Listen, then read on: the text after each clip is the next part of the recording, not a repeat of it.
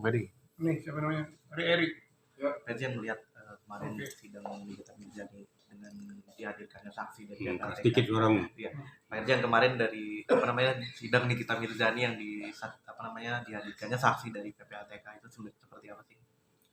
Baik, terima kasih. Assalamualaikum warahmatullahi wabarakatuh. Selamat sore dan salam sejahtera untuk kita semua. Saya juga mengikuti peristiwa itu. Jadi walaupun saya di sini, tapi secara visual saya lihat juga apa yang terjadi di arena persidangan itu. Terjadi yang mungkin ada protes juga dari pihak Nikita Mirzani terhadap saksi kalau nggak salah itu, dengan bukti CAT yang menurut Nikita Mirzani tidak sesuai dengan fakta. Gitu. Menurut hemat saya begini, ya. Ini kan semuanya fakta-fakta persidangan. Setiap orang yang menghadirkan bukti fakta di pengadilan itu sah-sah saja. Tinggal nanti kan hakim akan menilai, akan menganalisis. Sekarang dari pihak Nikita mengatakan bahwa itu tidak sesuai CAT-nya, ada yang dipotong-potong. Itu sah-sah saja. Karena dia merasakan bahwa CAT yang dikirimkan kepada saya tidak seperti itu yang ditunjukkan di arena persidangan. Nah sekarang Nikita bisa nggak menunjukkan CAT yang utuh? CAT yang utuh sesuai apa yang terpotong-terpotong yang disebutkan oleh yang bersangkutan. Yang kedua, ya, apabila masih kurang puas, memohon kepada majelis hakim untuk memeriksa di digital forensik. Akan ketahuan bahwa itu ada kata-kata yang terpotong ataupun utuh. Tapi apapun peristiwa itu di pengadilan, itulah agenda persidangan. Kalau dikatakan ada yang salah, nggak ada yang salah. Sah-sah saja. Protes yang dilakukan Nikita adalah proses secara ilmiah. Sesuai dengan data bukti. Itu yang benar. Jadi nggak ada lagi teriak-teriak dan lain sebagainya macam, tidak sesuai dengan substansi. Nah, kalau mau adu argumentasi di pengadilan, adu argumentasi berdasarkan data dan fakta. Gitu kira-kira ya. Tapi kalau ketika chat PA itu ditampilkan dan itu hal itu mungkin kita merasa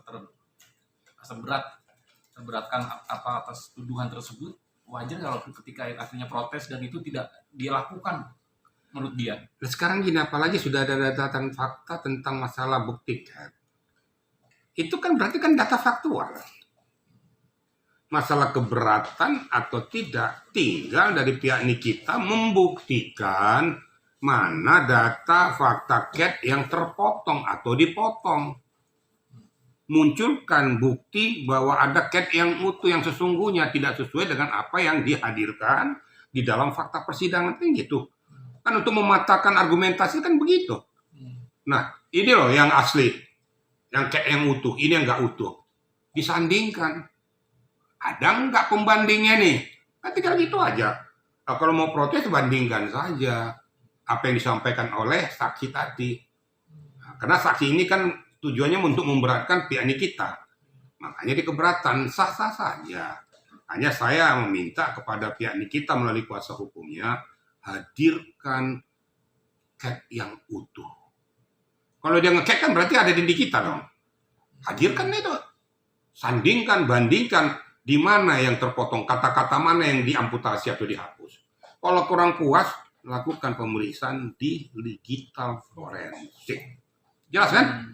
Gampang aja, nggak usah kita cari kenapa nih, kenapa itu. Ya, kalau kita berbicara dengan data dan fakta hukum, munculkan data dan fakta hukum. Kalau hakim nanti kalau kurang puas ya, udah minta kita periksa dulu di forensik, digital forensik, akan ketahuan siapa yang benar dan siapa yang salah. Kan mudah sebenarnya itu. Itu nggak ada hal yang sulit kok. Gitu loh, ya. Bang, satu lagi. Kemarin ada keberatan dari Nikita Mirzani. Karena itu yang ditampilkan secara pesan saja, tidak visual.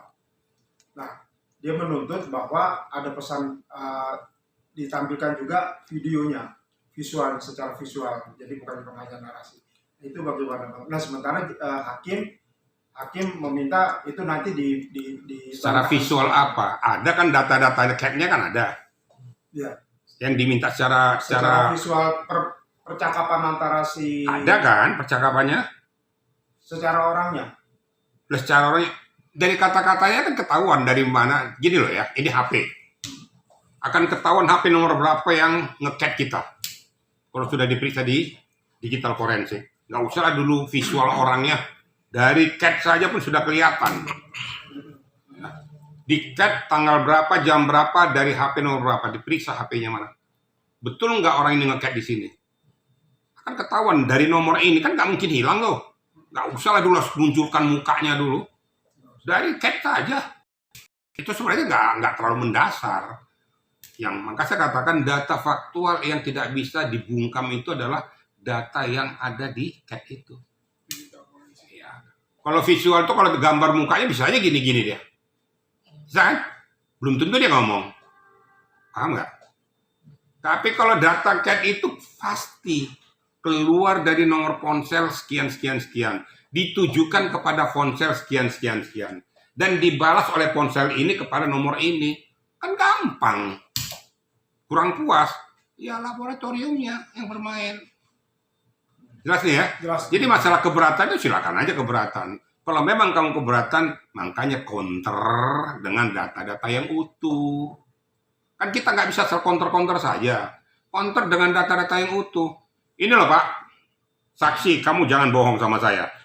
Ini data cat ini kamu potong-potong. Dan dipotong-potong. Yang aslinya ini. Ini loh yang kau kirim ke saya nih.